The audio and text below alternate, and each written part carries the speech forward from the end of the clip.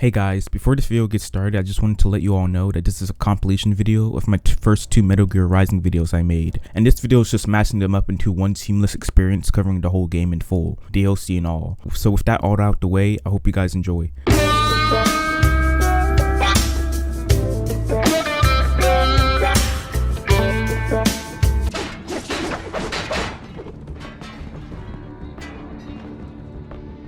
Hey, so I played Metal Gear Rising Revengeance, and it was awesome. Like, how can a game be this cool yet so memey at the same time? Let me calm down.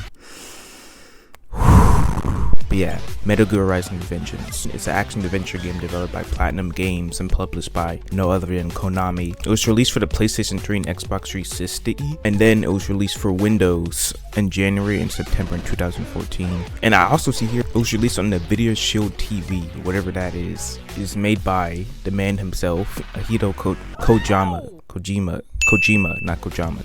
Originally announced at E3 2009, under the title Metal Gear Solid Rising. The game went through a long development process who struggled to actually develop the game at the beginning of 2011. They decided to hand the development over to Platinum Games, who revamped the entire thing, and this switch to developer was formally announced on December 10th, 2011. Kojima was still the supervising director, while Korigatu from Kojima Productions and Natasha Niba from Platinum Games were producers. So this was a game that I was always intrigued in, mostly due to all the memes, which I'm sure anyone watching this video is well aware of, especially with the Standing Here I Realized memes popping off not too long ago. Got me listening It Has to Be This Way on repeat for a long time. Like, I was obsessed with that song. And one day it was on sale on Steam and I knew I had to pick it up. So I did. And it was in my backlog for the longest time. Finally got myself to play it for my first video essay thingy. This is my first time making a video like this, and I wanted to start with this game since it's pretty short. On how to beat, it only says it's like, what, 7 hours long? Which is really refreshing considering the open world bajillion hour games I usually play. I've been taking a liking to more linear focused games where there isn't a million side quests and content for me to explore, and this game definitely quenched that thirst. This isn't my first time playing a Metal Gear game, period.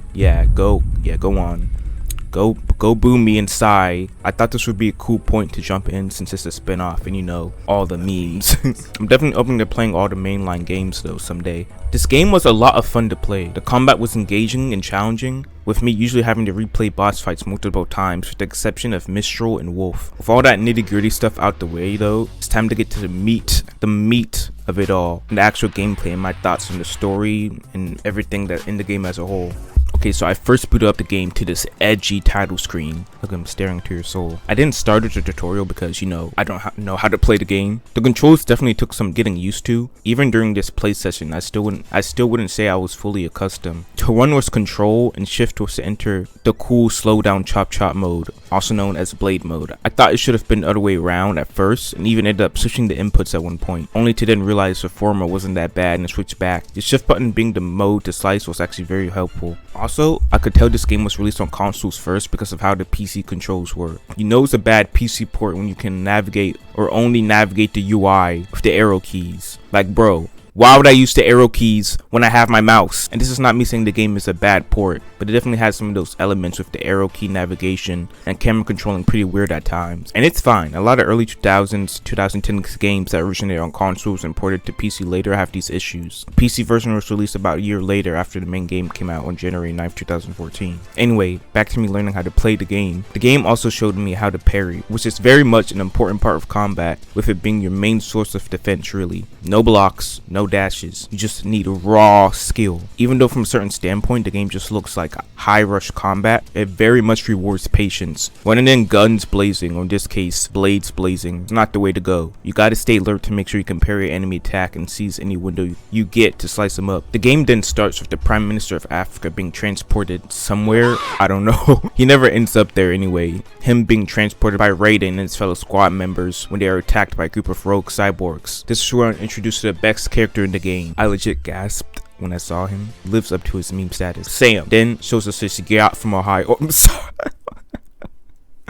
Oh, I hate saying stuff like that out loud. It's much easier to write that down in a script than it is to actually say stuff like that. But then proceeds to cut a guy in his machine gun in half with ease. Isn't he just so cool? Then, while the vehicle carrying the Prime Minister flees, we get that iconic smile. Look at him. Anyway, The vehicle is then cornered by a bunch of copy-paste cyborgs when we head into the first combat encounter. I'm just kind of doing whatever. As you can see, I wasn't the best, you know, considering I had just started with the game and all I did was a tutorial at that point, so I'm still getting my bearings. Something I noticed looking back to is Raiden's health UI and just overall UI is different between his old version. Should I say that since he's a cyborg, or is that racist? I don't know, but his new model has a different UI than the old version, showing the growth not only in the upgrades but also as himself as a character, which is pretty cool. Okay, maybe that one of him growing as a person was a stretch, but the upgrade part definitely makes sense. We are then very gruesomely introduced to Sundowner when he slices one of the bodyguards into pieces and then decapitates the other. He then grabs a hold of the Prime Minister, but before he can skedaddle, Raiden pops up due to a hero's confrontation. He then runs off with the Prime Minister, but before Raiden can chase him, he is stopped by a giant mech that showed up earlier, which leads into the first boss fight of the game. Kinda. It seems like the first boss fight, right? Would that be considered a wolf? Anyway, the first phase wasn't too difficult and did a good job of making me feel pretty cool with all the jumping and slicing. Especially when we caught the blade and freaking spun the thing around and threw it and then proceeded to run on it and cut it in half. Like, that was legit so epic. Rules of nature. But then it just comes back again for later for phase 2. But it's okay because we defeated it.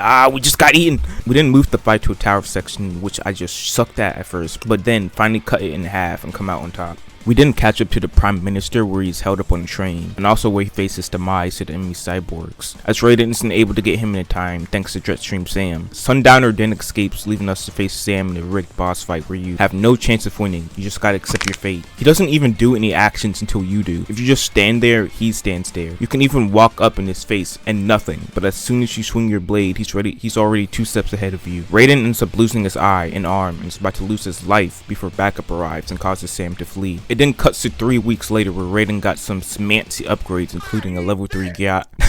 He's on a mission to enter Abakasai. I should have practiced pronunciation. He's on his way to enter a place and get rid of the terrorists that are overthrowing the government. This is also where the Kodak feature is introduced. You know, the best feature in all the Metal Gear games. And I'm honestly surprised by all the stuff characters have to say. I remember just constantly dialing up Courtney to see if there was ever an end and what else she had to say. It was really immersive and helped bond me with the characters because of those moments where them and Raiden were just talking about the recent events going on, which led me to calling everyone often throughout certain points in chapters to see what they had to say about the current situation. The Kodak is also where you can access the customization menu where you can upgrade Raiden and learn new skills, but most importantly, trip out Raiden's body. The only ones that really stand out to me are the OG body, Gray Fox, and of course the best one in the game, the Mariachi uniform. Anyway, we butcher a couple cyborgs and then we move on our merry way where the game puts us in the first stealth encounter, which I fumbled miraculously. If you can even call this game stealthy at all, which will lead me to a rant about the stealth in this game. Basically, there is none. Because it sucks. There isn't even a crouch feature. You just have to walk around awkwardly to avoid being seen. Now listen, yes, there is scanner mode where you can scout out the area and plan accordingly, and the boxes and barrels, but the latter is kind of forgettable, with me using it like 2 times the whole game. Doesn't help that they're pretty slow and being spotted while in one still gets you caught. If you're in the box and somebody sees the box, you get caught. And the former is still kind of useless without a more fleshed out stealth system, because it really just boils down to walk behind or drop on top of an enemy and press F. And yes, I know, no Johns, but it's the reason I sucked so much at it, or just didn't bother and just went in guns blazing. I straight up hated the stealth, and don't get me wrong, I love stealth in video games just as much as I love straight up combat, but that's when the stealth system has more to it, you know? Classic crouch, using items to distract the enemy and such, with different games having new and their own unique ways of approaching stealth. With that rant over, back to the rest of the game. After getting out the stealth area that took me way too long because of reasons I stated earlier, plus I was new, I sucked. We get into the second boss fight of the game, or first if you don't count the giant robot from earlier. Blade Wolf, or Wolfie, he's kind of a bad boy in the start, but we warm up to him, and vice versa later. But right now, he's on that pit bull timing, and we play the role of the toddler. As you'd expect from an early game boss fight, he wasn't very difficult, but I would say he was very important, at least to me, in honing my skills and preparing me for future bosses. Wolfie's what really locked me into parrying, and how important it is in this game, especially when we get to Moonsun. Oh my god. But as you can see in the footage at the start, I kept getting hit, but quickly start using my brain and parrying, which led to the fight getting much more smoothly. He also spawns in minions, which is something I've always hated in video game bosses. The ones that spawn in more enemies to draw focus away from them. Now you gotta get rid of the other people before going back to them, and the cycle continues. It's bitch move. It's just a female dog move. I swear to God. Like, just fight me one-on-one, you coward. I much prefer when a boss battles just focus on one enemy. The boss. I'd much rather deal with more skilled and challenging single boss fight than one where they spawn a bunch of minions every 5 minutes, and it feels like a cheap way to add more difficulty to the boss fight, and it's just so annoying. But other than that, the fight was a breeze, no stress whatsoever. The same can't be said for future fights up and coming. But not too long after that, we get into this mini boss fight with some helicopters that result in a quick chase sequence, and then a fight at these pillars where you have to climb the pillars to get to the copter and slash them, then finally jumping on the goddamn missiles it shoots to get close and slash it into a million pieces. You then get past the Gis gate, which you're supposed to do by getting a key card from a cyborg's arm, but I kind of messed it up, so I just sliced it open. From there, we make it to the top of the abandoned building and spy on a little Russian man and mysterious woman, who I'm sure is of no importance at all and certainly won't be a hassle later. The man leaves and the lady turns around to blow Raiden a kiss. A few combat encounters later, and we make it up to the top of the power plant to confront the lady who introduces herself as Mistral. Anybody from a mile away can tell she's the second boss fight, or third if you count. Okay, let me stop. I'm just gonna separate the giant mech from the rest of the bosses you encounter because they're more personal. As cool as I think she is, Mistral is kind of the girl of this game in the sense of, yeah, she does have a backstory in death, but also acts sexy and moans. Like, seriously, in the scene where she's equipping all the arms, I can't tell if she's in pain or pleasure. Mistral's fight is the most memorable for me, as even though Wolf was technically the first boss fight, Mistral really felt like the first, I guess, due to the spectacle and all. Not only did I like the location the fight took place in, but Mistral's boss theme, A Stranger I Remain, was one of my favorite songs from the game. When I first heard it during the fight, it really caught my attention, especially once the lyrics kick in at the end. But yeah, Mistral's fight is definitely one of my most favorites. Just like Wolf's, it once again really helped me get down with the power of parrying. Heck, I think this is what got me used to using it, thankfully, since Musin was next. We defeat her by having her slice open a container of, I don't even know, liquid nitrogen to freeze her body, which we then slice and shatter into a million pieces. One cool thing about this game is after you kill the bosses, there's a moment afterwards you can speak with them via comms. I guess cyborgs take time to shut down and have extra time to speak, even after they're quite literally decimated. But it's nice you get to hear what they have to say, and how they react to being defeated. After that though, the Russian man is angry he killed his escort and ends up blowing up the entire power plant. What a sit, am I right? Okay, that's not the entire reason he did it, of course, but yeah, the place blows and the chapter ends. Pretty cool chapter, I would say. It's a good intro to Raiden's new abilities and gives us 2 boss fights. Through it, we are gifted the pole arm unique weapon, which is the weapon I ended up using the entire rest of the game. I just love how it plays. It's just another reason why I love Mistral. I also upgraded Raiden's body a bit, and then on to the next chapter. Raiden, and now newfound companion Wolf, who has been modified to be quote-unquote good, I guess we're just on our side. They roll into Mexico to find a Desperado lab that has been dumping toxic waste into the sewer, and maybe a little human trafficking too, but whatever. Wolf finds that there is a boy in the sewer being attacked by those hand robots, this boy being a kid named George, the best character in the game. We jump in and save him, of course, and find out he's a runaway from a lab that was hoarding children, practically little boys, just little boys really, and was planning to cut out their organs to turn them into cyborg soldiers. Oh good heavens. So now we have to quickly get to that research facility to save all those boys. On the way, I find a box that I didn't know was used for stealth until like the end of the game. Speaking of which, another stealth mission. Okay, from now on, to save time, whenever sections like this do pop up, I'm just not going to talk about them unless some part of the gameplay is relevant. I need to say this at least one last time because this section took me so long. Listen, I know I'm bad at the game, okay? That's why it took so long. I was a noob. Afterward, we make our way to the UG maintenance facility where we need to take a dupe. Wait, what? A dump? A digital optical output mounted proxy. Before that though, we explore more into the facility and end up finding a room where all the children are being kept, where their brains and eyes are being kept. Anyway, as the boys have already been harvested, it's not a pretty sight. On a good note though, kinda, these aren't the same boys from where George escaped from, as it's only been a few hours, and there's no way they were all harvested that fast, which means there's still hope to save them. It's just sadly too late for those boys in the other room. Finally, we take a dupe and sneak around this part of his facility, playing as the Tribot bot, which is actually really fun and cute.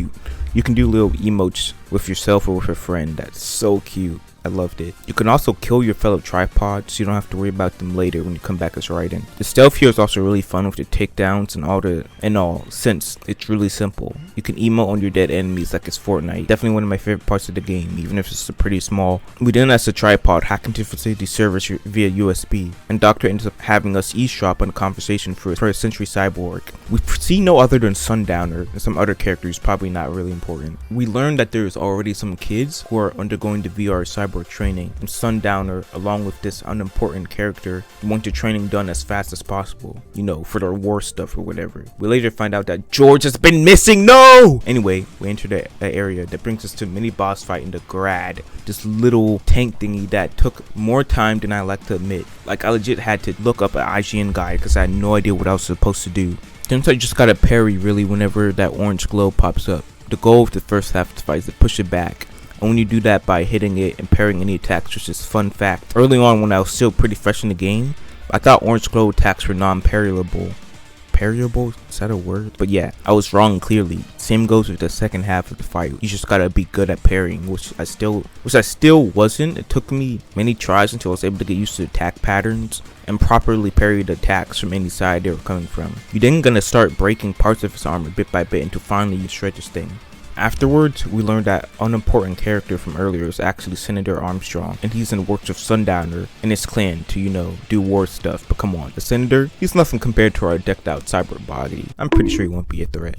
Pressing forward, we end up finding one of the rooms that the children are trapped in, and as we're about to jump into action, the scientist from the earlier conversation with Sundowner and the Senator comes in the room, with none other than George held at gunpoint, and threatens to kill George if Raiden tries to break the glass and free the children who are trapped inside the room that is now being filled with poison gas. Raiden either surrenders or has to choose between saving the children or George. George proclaims to just focus on the children as he deems saving them more important, saying he's glad if he can take that scientist down with him. Raiden takes that as a sign and goes in to slash the scientist, but unfortunately just ends up with George losing an arm, which I didn't even know until the end of the game where I saw George with the prosthetic. Initially I thought George was fine and Raiden was able to kill the dude without harming George, but I guess I was wrong. The chapter then ends and we unlock the best suit in the game. Yes, finally, if I equipped it, that is. Yeah, I remember being quick to buy it and I thought I did equip it, but apparently not. It was only purchased.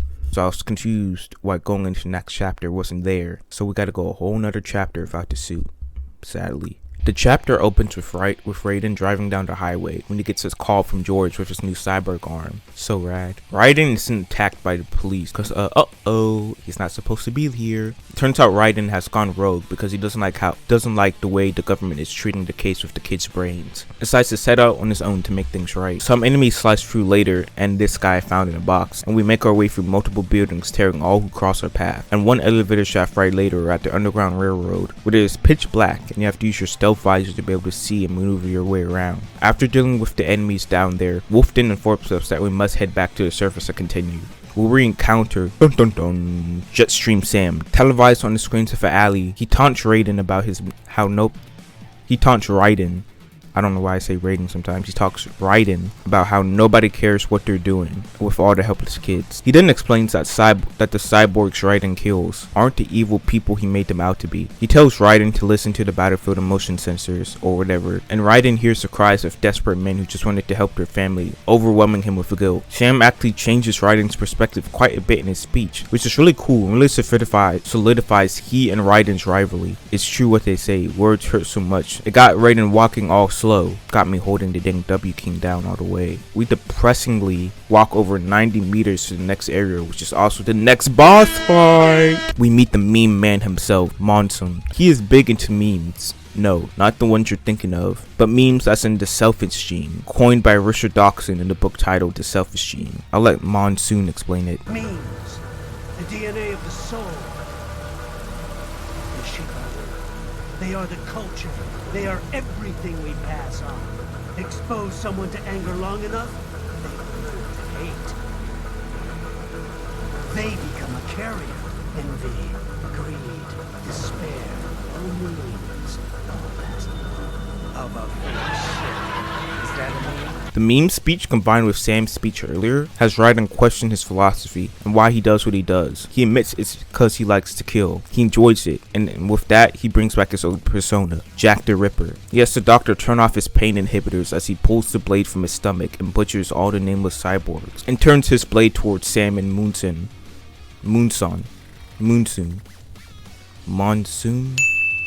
Yeah. Sam offers to pitch in, but Monsoon says he'll take care of Raiden on his own. Big mistake. Like, I don't know why they didn't just jump him, but okay. But starts the most infamous boss fight, for me at least. So, you know that parry skill? Maybe use it every now and again, but don't think it's really important. Well, that's what you're going to be doing like 80% of the time in this fight. Like, my fingers legit started to hurt because of this. Because to parry on PC, you have to hold either A, W, A, S, and D, and press left click in the directions of the attack, and my middle finger was cramping. As I said, you do a lot of parrying, and the structure of this fight is basically parry Monsoon when he's coming out to smoke, parry Monsoon when he attaches part of his body at you. Oh yeah, you can do that, by the way. And then slice some stuff he throws at you. If you haven't learned the importance of parrying already, this fight will make you see it. You really have to be patient, as most of the fight is parrying Monsoon's attacks until he's weak enough to just start hitting on him yourself. Like, legit, there are times you just gotta stand there and wait for him to attack first, because you just can't hit him. Like, you literally can't. You just can't hit him. The main goal is, after Monsoon has thrown all his body parts at you, and you parry them all, you're able to get in and use blade mode to cut a specific area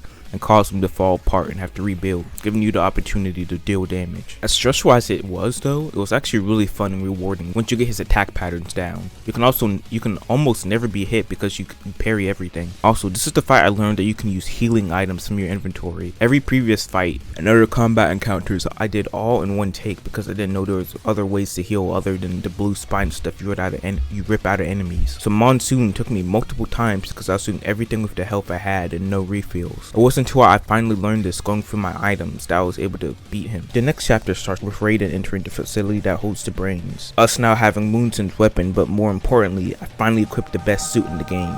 We also now have access to Ripper mode after the Monsoon fight, which is a mode you can activate with full FC. It allows you to deal bonus damage. I also tried fighting with Monsoon's weapon, but this doesn't feel right, and I switched back to Mistral's. I just got used to how it feels, and it's my favorite weapon you get from the bosses, and I can tell each weapon is meant for a different playstyle. Especially when I get Sundowner's weapon. That thing was heavy as heck, and I was not using that. Make it farther up the building, I have to do another stealth section when I'm then told I don't have to fight every enemy I encounter, and from there you can call me Joseph's Joestar because I was booking it. We didn't make our way through a nice little garden area before making our way to the elevator for a pretty sick combat encounter with you fighting enemies on the elevator while also switching between elevators to escape said enemies. It's really cool. After getting through the elevator part, we are so close to the lab we can taste it. In fact, hey look, it's right behind those doors.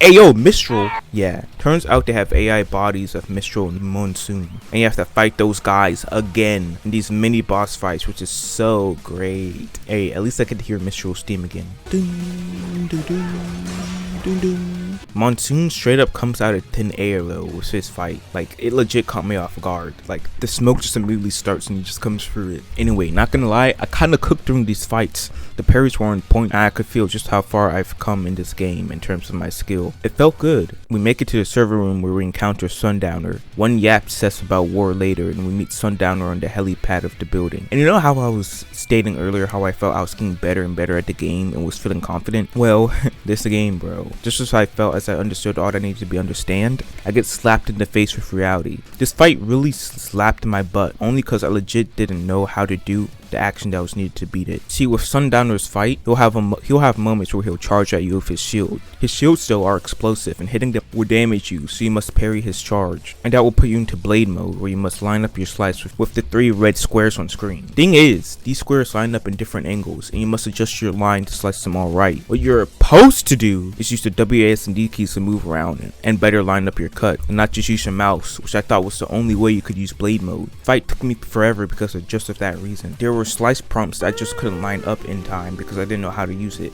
Agonizing. Doesn't help there's a stupid helicopter in the back always shooting at you, doubling the amount of stress I was already feeling. So overall, the goal is to slice the red squares when parrying. Then when those are destroyed, it should trigger another opportunity that has Sundowner expose a part of his body. You then must slice to cut off some of his shield, something for the longest time I could not accomplish. Finally, when I had gone to look up a guide, I finally realized you could have more control over blade mode than I thought. It kinda clicked because beforehand, when dealing with normal enemy cyborgs and trying to cut them open to get their fluids, I would struggle at a more difficult angle. Same thing when trying to get left hands from cyborgs or the doctor. Once you finally have taken down all his shield, the fight becomes much easier. When you get Sundowner to low health, about 11% in my case, triggers a really cool scene where he escapes on a helicopter and you take off on one of the vulture-looking ass cyborgs, and you go flying up the top of the building, avoiding debris. You then cut through the ceiling, which felt pretty cool for my newfound power of blade mode, and finally finish Sundowner by blowing up his ride and having him launch straight into our grasp. It felt so satisfying cutting him up with the technique his fight taught me. Although this fight was a fist up my rectum, just like all the other fights, I'm still grateful for what it taught me. It improved my use with blade mode, which will come in handy with future encounters. Gotta keep reminding myself this game ain't no walk in the park. After Sundowner is defeated, it's time to make our way to where Armstrong plans to launch his devious plans that in-universe quote rivals 9/11. So yeah, we gotta get moving. Chapter 4 end. Chapter 5 opens with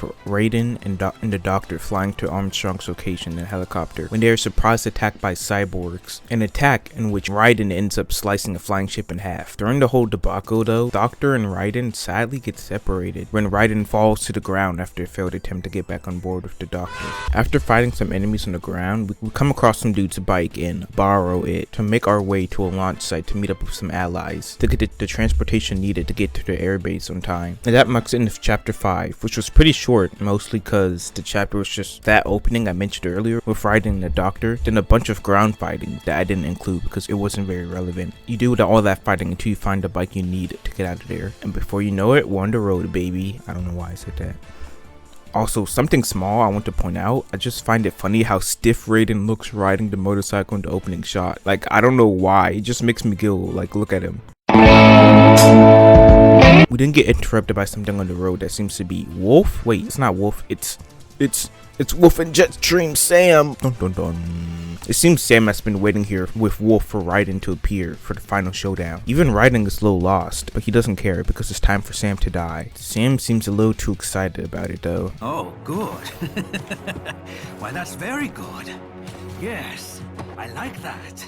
The fuck? So, the ultimate showdown begins. The one that's been hyped up the whole game. Wolf has front row seats, as he kind of just has to stand there because this is between the two of them. When the fight started, I tested the waters to see how similar it is to our first encounter with him. And just as I thought, Sam once again doesn't attack until you do. He'll just be there waiting for your first move. You can even walk up to him and goof off. You're safe until you press that attack button. Sam's fight isn't too bad as long as you're good at parrying, such as moi. His fight has two separate modes, if that makes sense. When fighting him, you have the power to knock his sword out of his hand, and that triggers the second mode where you fight him while he uses his hands, which funny enough was the mode I struggled with the most. I was confused on how to hit him right in this state. Anyway, eventually a QTE pops up where you gotta spam left click while Sam tries and stops your blade, after which he picks back up his sword, and the fight switches back to that mode of fight, which I must prefer because it's easier for me. I'm not gonna lie, this was probably the easiest boss fight for me next to Mistral and Blade Wolf, cause like with those fights I didn't even die once, which was kind of disappointing because just like with this fight I didn't even die once. This was like the big hype rival battle I've been waiting for, but also makes sense. Up until this point I've been honed for this battle, all the other bosses teaching me stuff building up to the player I've become at that moment. I knew what to do and the best courses of action to take. Monsoon had my parrying skills on point, Sundowner helped me better use blade mode so I could knock Sam's sword out of his hand. It all came together, cause to think if I did this fight when I first started I would have sucked Big black nigga balls. So even though the fight was kind of less memorable for me, it has a place in my heart for how proud I made myself. Anyway, once you get Sam to 9% health, it triggers the QTE, where you slice Sam's wrist and stab him in the chest. And with that, Sam falls. His life ended. Raiden points out how he had little cyborg enhancements, which means Sam was basically pure skill. Kinda embarrassing for Raiden. Like he was going all out to a dude that was barely half of his class. Raiden picks up Sam's blade and finds out it was a family heirloom, and Sam got the blade from his father. We keep the blade and give it to Wolf since Sam was basically his previous owner. Then we get this really metal / corny scene where Raiden sheaths the blade like, oh man, I love this game. Look at that. We are then informed we have less than an hour to get to the airbase, and Raiden and Wolf didn't book it to the launch site, which doesn't make sense to me because doesn't Raiden still have the bike? It wasn't destroyed, he just parked it and went to fight Sam, and I'm pretty sure it wasn't out of gas, but whatever. Chapter 6 end. Chapter 7 opens up with a guard eating pizza reading an anime girl magazine, which hey, do what you gotta do to pass the time, man. He's then interrupted by Wolf and does this funny photo comparison to see if it's Raiden. The actual Raiden then pulls up and they meet with their contact here at the site, which is, at first I couldn't tell if it was a tiny woman because you know Japan, or a little girl, and I'm now sure it's just a girl because the flirt interaction her and George have at the end of the game. That would be weird if you know she was older. Also, I just checked the wiki and it said she was 11. Also, one more thing I want to point out here, like during the scene, because it was really funny to me. Okay, so Sunny, you know, being a kid, she sees Wolf and thinks that he's like really cute, which he is kind of, come on. So she asks him to shake, which he does, you know, shakes her hand. And then Raiden tries the same thing and puts his hand out to where Wolf leaves him hanging. What does it for me though is you can see Raiden for like a second activate Ripper mode because of it, which is hilarious. Like he was so devastated from being left hanging from Wolf. His Jack side came out. That's so funny to me. Like you can literally see it for like, oh, it's just so funny. Anyway, Sunny then gets Raiden and Wolf set up into the jet and they set off to the final showdown. They arrive at the Shabazabad air base in Pakistan and Wolf scouts ahead. The place is filled with a bunch of enemies, of course, and we slash our way through them to get close to wherever Armstrong is. After getting past what felt like hundreds of enemies, we find Wolf! No! What happened? I'll kill him. I'll kill him. I'll kill him all. But before I can kill them all, a giant robot emerges from the ground. It reveals to be holding the man himself, Senator Armstrong. How can they even hear each other right now? I mean, Raiden probably has super cyborg ears, but how about Armstrong? Do nanomachines help with hearing? It is then revealed that what happened in Pakistan was leaked on Twitter and now Pakistanians are getting cancelled. Not really, but story leaked, you know. This is what Armstrong wanted all along, as America has the excuse they needed to start a war.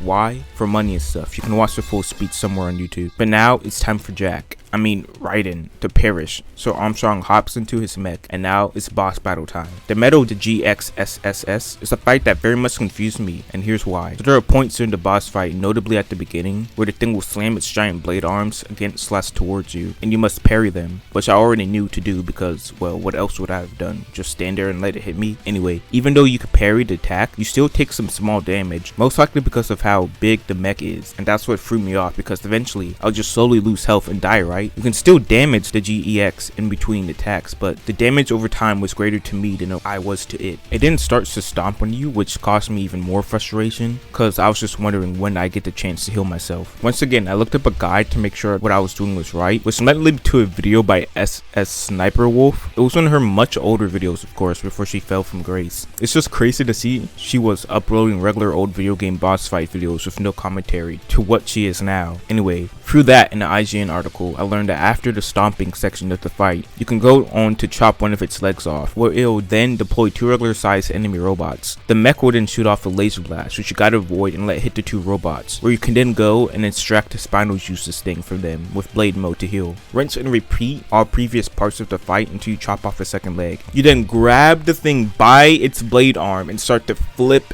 the whole thing over. The scene mirrors the first boss fight with the first big robot mech. It's so cool. You then rip off its blade arm and use it as a sword. You first parry 2 attacks and then enter blade mode to slice it to pieces. This game is so cool. Like, I was so hyped playing that scene, you guys have no idea. But once defeated, Armstrong walks out of his now decimated machine. But you'd be wrong in thinking this meant it's all over. What could a normal senator possibly do to being so super cyborg, do you think? This is Armstrong's ultimate form, and the most meme powering form, and no, not Monsoon's memes, just straight up meme potential. Like, this game is so goofy it's ridiculous, especially at this part of the game, which is literally the end. But at the same time, this game is so cool. We then get put into a scripted fight against Armstrong, which we lose because, come on, look at what the guy has been doing to us this whole time. Raiden's sword is then broken, rest in peace. He then takes a gnarly but also very funny punch to a full roadbird slide on the steel ground. Ouch. Raiden is now forced to use his hands to fight, which puts him at even more of a disadvantage. At least that's what I thought. He actually holds his own really well for like 2 seconds. While getting his butt handed to him, Armstrong reveals his real reason for wanting war, so he can get re-elected to make the America he truly wants. He's using war to get elected so you can end the war as a business. I used the stones to destroy the stones type of thing. Raiden actually agrees with this and admits he was wrong about Armstrong. He isn't greedy. He's batshit insane. And then he says the line. We then get another scripted fight where, oh my god, it's happening. The scene is happening. What I've been waiting for all game. Wait, the music isn't playing. Where's it has to be this way? I thought it played here. No. Yeah, it turns out the infamous Standing Here I Realize scene doesn't even have the OST playing in the background. That song doesn't kick into the actual final fight. The song was just added to that scene because it's still tied to Armstrong. So yeah, not gonna lie, I was kind of crushed at first because if the song's not here, where in the game is it? So the scene was kind of lackluster because I had such big expectations for it. It was still really funny though. Still really funny scene. It's okay, cause right after we get yet another meme line, and to be real quick, this whole interaction with them is a meme really. This is where a lot of the meme lines and scenes come from in this game, although of course there's many more outside of this. But anyway, nanomachines, son, they harden in response to physical trauma. You can't hurt me, Jack. And just when it seems it's all over for little old Jackie boy, Wolf comes in with Sam's blade. It plays a recording left by Sam before he and Raiden fought when he was on the road with Wolfie. It reveals that Sam had set his blade to unlock in a few hours if he were to fall, which he did, and it's up to Wolfie to do whatever he sees fit with it. Wolfie then drops this bomb speech, which I'll let you hear for yourself. I was not designed to fear termination. However, Directive 01 is to ensure all data acquired is preserved and passed along. To expire here would violate that directive. That's a good boy. However, Raiden came to my aid. I have learned from him. When Samuel fell, data analysis was inconclusive, but that has changed. I have established new parameters now, created my own directives. I guess you could say he's his own master now. Get it? A reference to the song. Anyway, he then throws Raiden the blade, and Armstrong then commits animal abuse. Wolfie, no! Raiden, kill him! Kill him! Raiden unsheaths the sword, and he does his own little speech before proclaiming, "Let's dance." And the time has come. The OST has kicked in. The hype is real. It is time to dance! Which was my mood to begin with, but this fight drained everything from me. I can say with full confidence, this was the hardest boss fight for me in the whole game, which makes sense because it is the final boss. But I'm being so real when I say this fight caused me IRL pain. During this specific recording session I was doing to get footage for the game, I had been recording for 6 hours up to this point. It was like 4 something in the morning, 4 a.m. when I was doing this fight, and it took me over an hour to finish. Specifically, it took me 21 tries, and some of those weren't even deaths. It was just me restarting at a certain point in the fight because I gave up and I knew I needed to start at square one again. I went through over an hour's worth of footage to get that number. Now, you're probably wondering why that number is so big, which segues into the part where I explain all my Johns. Now, Armstrong is a female dog to fight. He does a lot of explosion attacks along with charge attacks, which I'm able to parry just fine, but I would still get hit by an attack of his every now and then, which wasn't good because I needed all the health I could get. Now, here's the kicker. The move that caused me the most pain in the first couple tries. When he jumps up and throws those giant things at you, I don't know, but those giant like debris things he picks up, I think they're tanks, but he just throws them at you. You have to enter blade mode and chop them up, but the thing is, they aren't like moonstones where you just have to slice whatever stuff he threw at you. With all the multiple stuff he threw at you, we just have to go into blade mode and slice. No, it's not like that. This combines Sundowner's shield mechanic where you must line up with multiple red squares in order to slice the item. The thing is, it's 4 squares instead of 3 now, which I gotta be honest was a little too much for me. I struggled a lot with this and I would be lucky to get even past 1. The thing is, they do so much damage. Like I'm talking kills you at 97% kind of damage if you get hit. I can never get past this part when it came up. It made me hate Armstrong even more than Raiden. Of course, as usual, I had went to an IGN guide and they revealed a cheeky little way to deal with the problem that had been torturing me. See, when it gets to the part where he throws them at you, instead of going into blade mode like one would, you can just skedaddle. You can run forward under the debris and avoid everything entirely. This information was a godsend to me. You guys have no clue. With that, the fight became more bearable, but I wasn't out of the woods yet. Let me explain how this whole fight goes finally. Like I stated earlier, Armstrong's main attacks are causing big explosions, some that make their way towards you or take up a big chunk of the area, which in both cases you must avoid.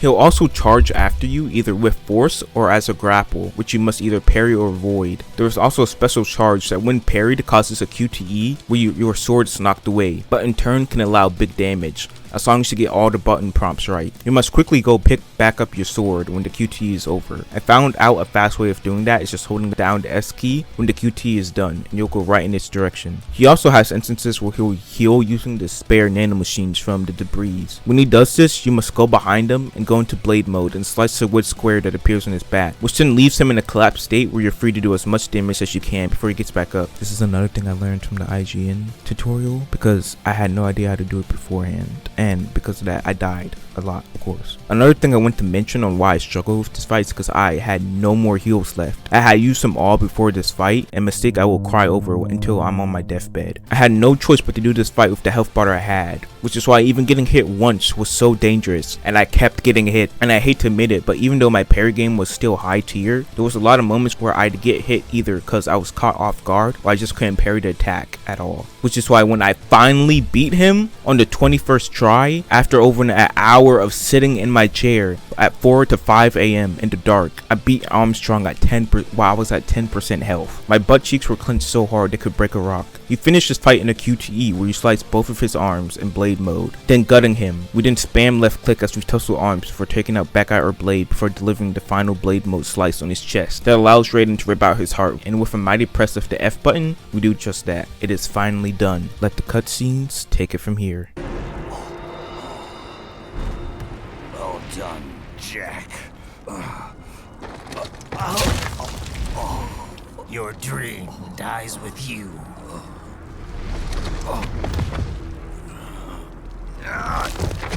Oh, maybe not.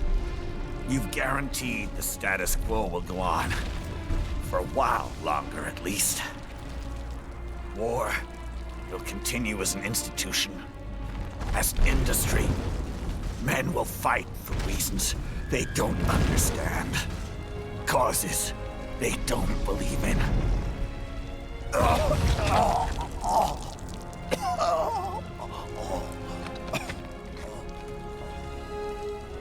But at least I'll leave a worthy successor. You, Jack. You carve your own path. Use whatever methods you see fit. You don't let legal bullshit get in the way. And if it costs a few lives, so be it.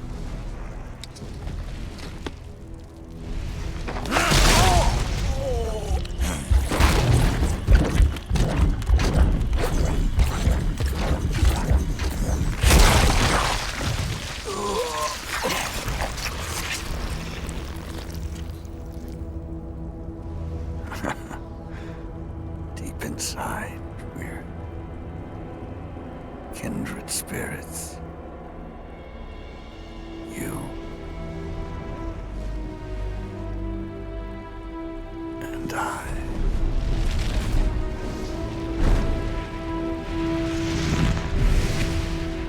Chapter 7 in. The epilogue opens with a news report stating that even though the president is safe and there is no war spark, there's still tension between the US and Pakistan. But with bad news comes the good, and the doctor reports in saying that the corporation they've been working on for the cyborg children has been approved. The children now have a place to work/live and receive proper education. Some other news also shows that they have a new recruit.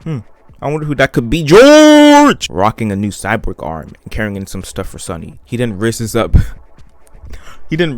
Sunny, which causes her to get clumsy from being flustered, and feels that Wolfie is okay, thank the heavens. While cleaning, they have a little chat about Raiden and all he had to do, how some might just always see him as Jack the Ripper, but Sunny will always see him as a hero. Roll credits. And that's Metal Gear Rising: Revengeance. I had a lot of fun with this game. It challenged me, some ways good, some ways that made me want to burn down an orphanage. It made me laugh, it made me cry, tears of agony, but overall I really enjoyed it and would recommend it to anyone looking for a good action game to play. It's short and doesn't cost very much, only being $30, but I got it for $14 thanks to a sale. Remember, sales are your best friend when it comes to video games.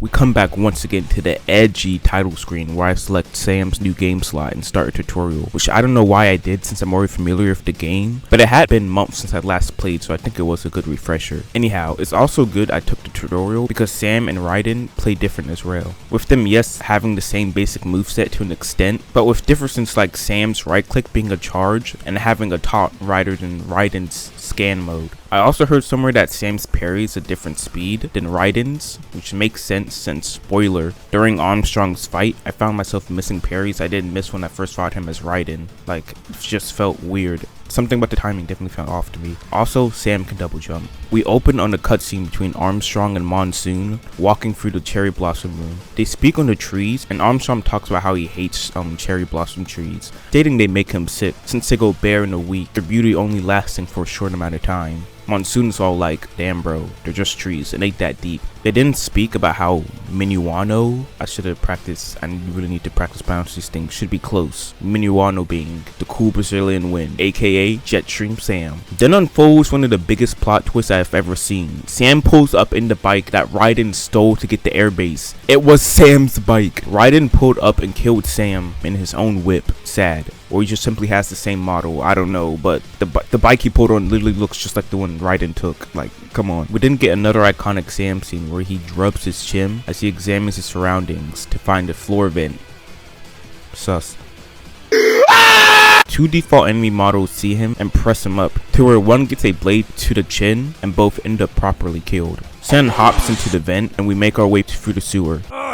Smell! Fighting different onslaughts of enemies until we run into the best boy himself. We once again make an encounter with Wolfie. But since this is a prequel, it's still quote unquote evil Wolf. They have a quick chat and we find out before Sam got involved with Armstrong and the gang, he was a simple outlaw who dispatched justice to whoever he saw fit. One of those fit being the world marshal. That's right, Sam's here to eliminate the very people he ends up joining. He then tells Blade Wolf to start thinking for himself on the account that orders should just kill him falls flat. Planting the seeds for Wolf's freedom arc to come in both his DLC, it'll come guys, be patient, and the main game. But right now Wolf is all kind of like, sorry man, my parents said so and I don't want to get in trouble, since his rebel phase hasn't hit yet. This DLC fight brings along a new variant of Wolfie's theme song, I'm My Own Master Now starts off with an acoustic intro, which even though it adds little, adds so much to the original song. I'd recommend checking out the song with the acoustic start and see how much it impacts listening. The fight itself was pretty easy with me beating it fairly quick. It makes sense since Wolf was the first non-prologue boss fight. He wasn't too difficult when I first fought him, so why would he be any harder now? Especially to the point where I am now with my skills of the game. No offense Wolfie, I still love you so much. But yeah, suffice to say Wolfie meets a fate shared with wood in a lumber mill. Also, I got an S rank. Like that's common.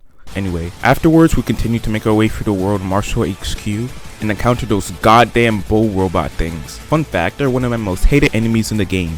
I can't stand them. We get another elevator fight, which if you saw the previous video will know how much I love them. We then enter a part of the HQ that greets us with Monsoon the Meme Man. That is now his new title. Monsoon tells Sam how they've been expecting him and brought up Sam's previous affairs with a drug cartel in Brazil, how he defeated them, making it known they've been keeping tabs on him. Sam tells Monsoon how he plans to have World Marshal end up just like that cartel, to which Monsoon welcomes him and throws down the smoke. But it is not Monsoon we'll be fighting, oh no. We cross paths once again with the Metal Gear Ray, the rules of Nature Man himself. I'm actually listening to that right now as I read the script, funny enough. Makes me wonder why they have use for those robots since they keep getting their butts handed to them. Not only does Sam dispatch of the Metal Gear Ray, they go on again to be defeated by Raiden later.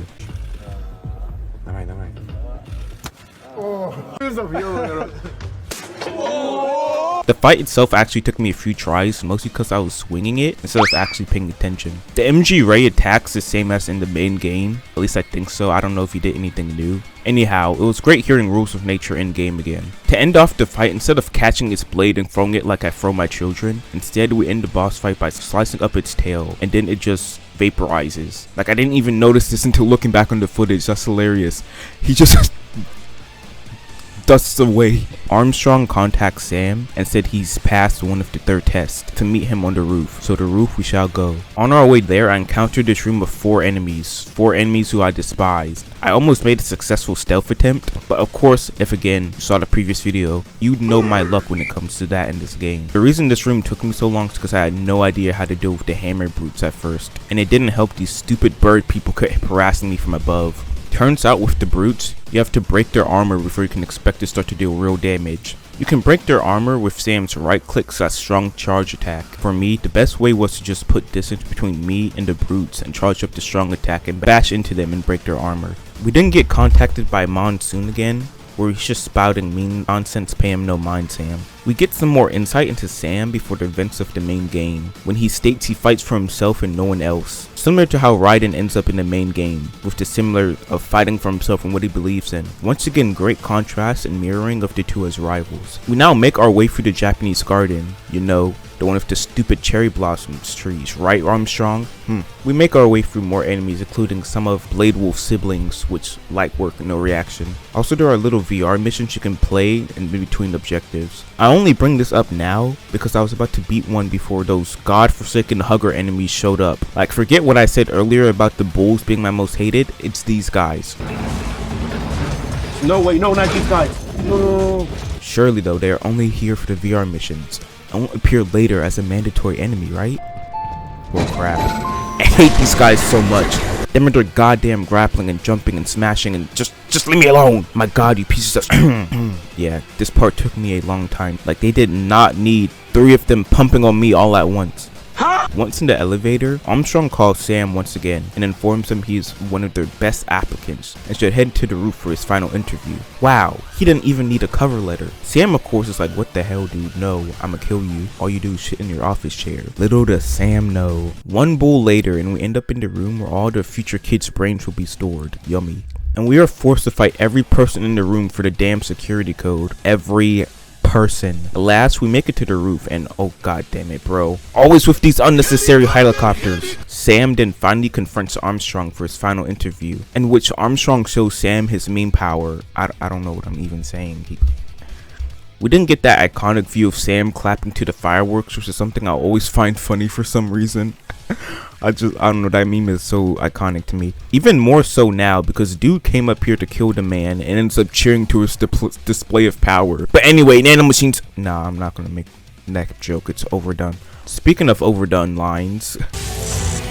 Let's dance. Now, I'm not trying to gatekeep, but once again, if you saw last video, you would understand the PTSD that filled as I entered this fight. Luckily, it did not take me 21 tries this time to beat the senator, but the fight was still difficult nonetheless. Praise all powers that be though. He didn't have that move where he throws like the tanks or the robo at you and you have to go in blade mode and cut him. Like, I was legit on my knees thinking every higher power that was not part of this fight. So the fight with Armstrong goes more or less the same as previous. So I will not explain his moveset. You should know the deal by now. You clicked on the video about the DLC after all. Anyway, the fight isn't too bad this time, except for one thing. Even though the throwing move is gone, it's basically been replaced with another even harder to avoid move. Now with Armstrong, we all know he has a grapple move, but here against Sam, for some reason, he spams that thing more than simps on Twitch spam the donate button. Like, I cannot count how many times he had just grabbed me over and over again. And the move is so hard to dodge since he'll activate it when he's like 2 inches away from you. So you have to be so precise in your rolls. Yes, rolls. Using the roll move and Sam is more useful than parrying or jumping in this fight. Like, you have to be so precise because he does it so close to you. You literally just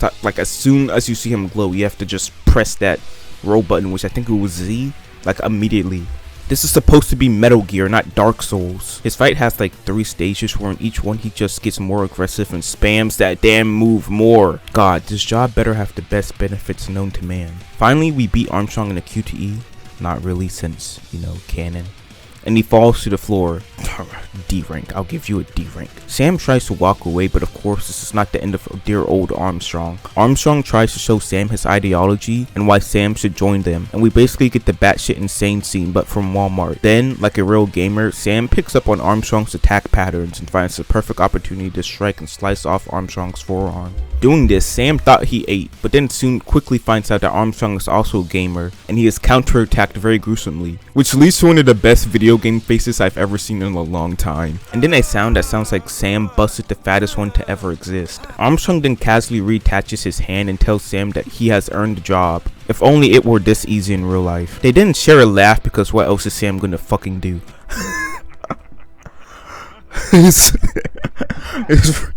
He just got impaled. He's on the floor. This whole DLC is just Sam being gaslit into a job. Bro, it's actually hysterical. Like, he just accepts his fate. But don't worry, because our next DLC is all about breaking free of chains.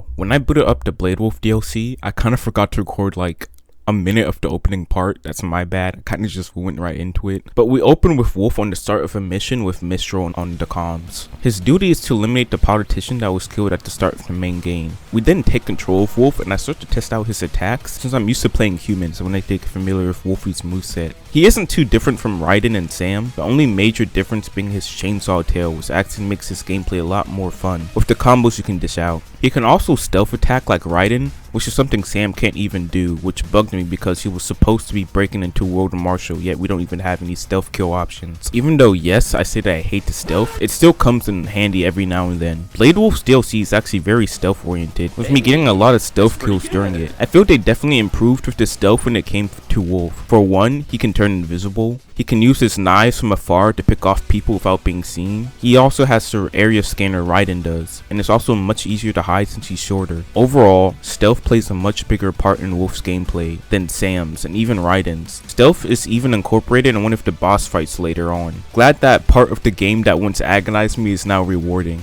We then make our way through a few enemies and make it to the politician, except that it isn't really him and this is all just VR training Mistral's having Wolf go through. She states that Wolf's kill count is disappointing and that, like Sundowner said, lacks man's killer instinct, which of course Sundowner would say. While discussing all this, Mistral sits on a throne made up of the tripod robots and she sits very well inappropriate. Like, this just proves my further point of Mistral feeling like the girl one out of all the bosses. Cause how do you explain this? We get it, she has a really nice body. Doesn't mean we need a butt shot every 15 seconds when she's on screen. She has a lot of these types of shots throughout the DLC. In the main game it wasn't too bad since she only showed up like once, but in the DLC she's pretty prominent. Like, I love you Mistral, but I'm tired of seeing your behind. She then puts us into another VR mission, which this time is the actual tutorial. They didn't teach me anything new except how to use Wolf's knives, and that was it. After that, we are then introduced to Kamsen, aka the Desert Storm, who will be accompanying on the upcoming mission. He's kinda your average military douchebag, showing disinterest to Wolf joining him and proudly introducing himself as the Desert Storm. Also, he's very American coded in the sense that he is big about freedom, and it doesn't help that he's a blondie too. Wolf then questions Mistral that if they're big on freedom, why is he never offered a choice on things? Which Mistral struggles to answer and actually seems intrigued in Wolf asking that question, giving a little grin. We are then put into another VR mission. Come on, I'm itching to be put out in the field. This VR mission is supposed to replicate the actual upcoming mission for practice. And you've got to be kidding me, those damn huggers show up again. But it's okay, because I now know how to properly deal with them. It took me a whole main game and DLC, but I got it figured out. When lowering their health, a part of their body will highlight in a faint blue. This body part can be an arm or leg, but if it's highlighted, you can go into blade mode and slice it off, crippling them. It makes fighting them so much easier, especially if you slice off one of their arms so they cannot grapple you easily. The Wolf DLC I actually did really good on, getting a lot of high combat ranks and overall just feeling really good about where I've come in terms of skill both in stealth and combat. I'm used to every enemy type by this point as well as the game mechanics.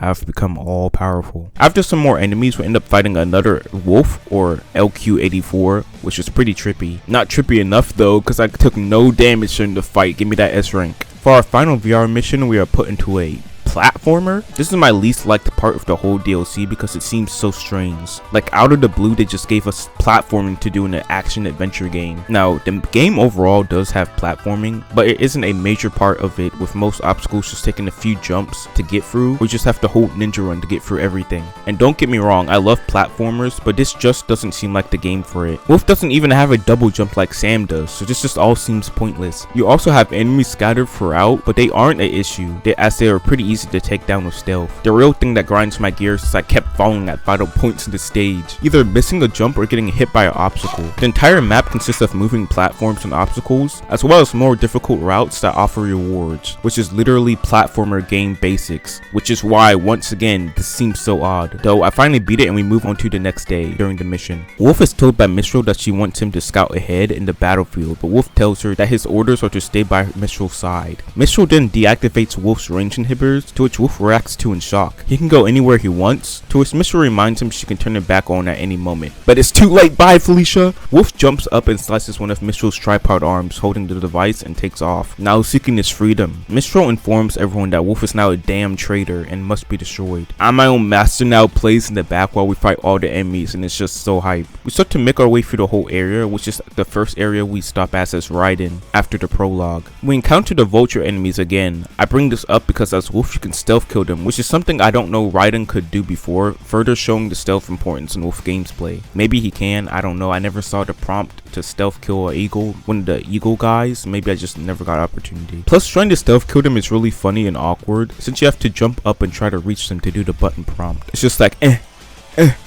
almost there. As we make it further along, we are stopped by a gate that Mitchell tells us is an AMT field, and that would, of course, us being a robot, will most likely not want to go through it. She pulls a "this is the solution to the problem, but you didn't hear it from me," as she tells Wolf the only way to get through would be to get an access code from one of the guards. So she against us or trying to help us? It's a question that you wouldn't be at fault for asking during DLC, because Mitchell seems very bipolar. She seems interested in Wolf wanting to take his own path, but also seems to stay loyal to the cause and stop Wolf. Anyway, we snag the code and get through the gate, and Mitchell tells us our efforts are in vain and we should just give up, but Wolf has the spirit of Nick 830 and presses forward. After 2 more areas of enemies, Wolf makes his way to the other side of the battlefield and walks outside, to which he is halted by Campson and his mech suit. Campson states Wolf doesn't understand freedom, so he won't get their cause, which is funny because what Wolf is doing is freedom. Meanwhile, Campson does nothing but takes orders and follows the cause that isn't even his. This is better shown off in his song, The Hot Wind Blowing, which speaks all about being a nameless soldier who blindly follows orders and does everything in the name of someone else or their country. Campson directly mirrors Wolf in the sense they both want freedom, but only one truly gets it. And that's right, this guy has a whole theme song since he's our next boss fight. Everything up to this point has been familiar. Same enemies, same bosses, and the Metal Gear Ray and Armstrong and Sam's DLC. But this time for Wolf, we get a whole new fight to experience, and I'm here for it. The Campson boss fight is actually pretty fun, but that doesn't make it easy. He floored me my first attempt because his attacks hit swift and hard. Campson will swing his giant axe at you, which you can parry no problem. Then he has his attacks which you must dodge, such as a grab, where he'll just pick you up and just yeet you across the stage. And he also has a giant slam move. He also charges at you if you happen to be too far away. My favorite part of the fight though is when he'll jump up in the air and ground slam you, which knocks you away when parried and leaves a giant crater in the ground to where Campson loses sight of you due to all the rubble. This is where you can get big damage on the guy, as you are supposed to sneak around the ground spikes and stealth attack him for big damage. If you are seen though, the fight will continue as normal. This really adds flavor to the fight as it has you slow down and approach the situation tactically, and you are rewarded for it. We didn't end off the fight when Campson is at about 7% health, where in classic Metal Gear Rising fashion, we enter a QTE by pressing X. We parry Campson's axe swing and proceed to slice off his right arm holding it. Campson tries to retaliate by throwing a punch with his left, but we deflect it and proceed to cut up that arm too. Now, with no way to defend himself, we show Campson true freedom in the way of our chainsaw's tail. He gets brutally stabbed before being ripped out and thrown out of his mech suit to meet the fate that we are all familiar with. Something I just noticed too looking back at the footage, before Campson was sliced up, I noticed the dude has no lower half. It's just all wires meant to be connected to his mech suit. My guy, how do you live like that? Does he not pee? Does he sleep in his suit? Is he just in it 24/7? None of that matters now since his pieces are now spread all across the ground. And Campson's calm talk before he fully goes lights out. Wolf states how he was almost free, and Campson says, "What about the freedom of your whole country?" To which Wolf drops this bomb line: Freedom cannot be forced on others.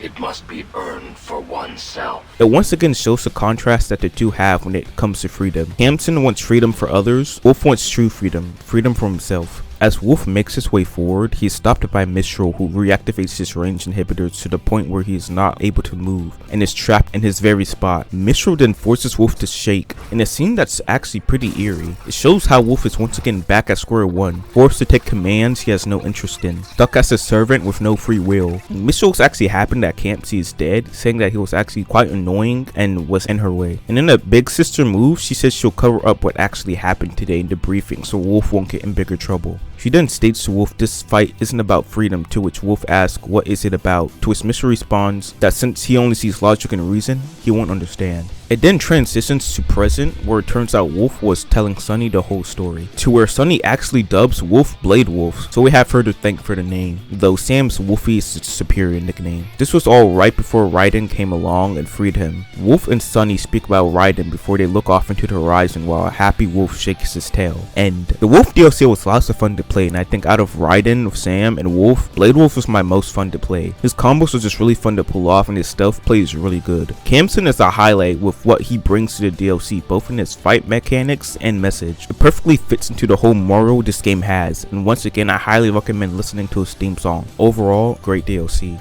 And that's the Metal Gear Rising DLC. I had a lot of fun with these two DLC, and I persuade you to play them after the main game if you haven't already. I had fun making this video, and I hope you guys had fun watching it. Let me know what your guys' thoughts on the DLC is in the comments, and feel free to check out my previous video on this game linked below. Born into a pack, there's no choice but take orders to attack.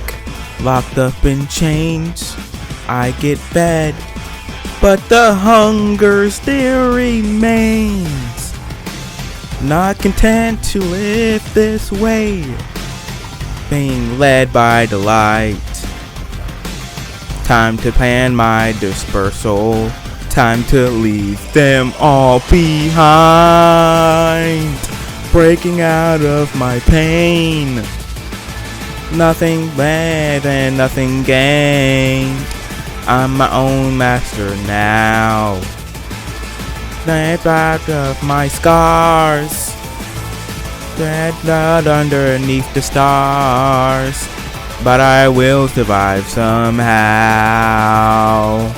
Hear me out, don't leave them all behind. I'm my own master now.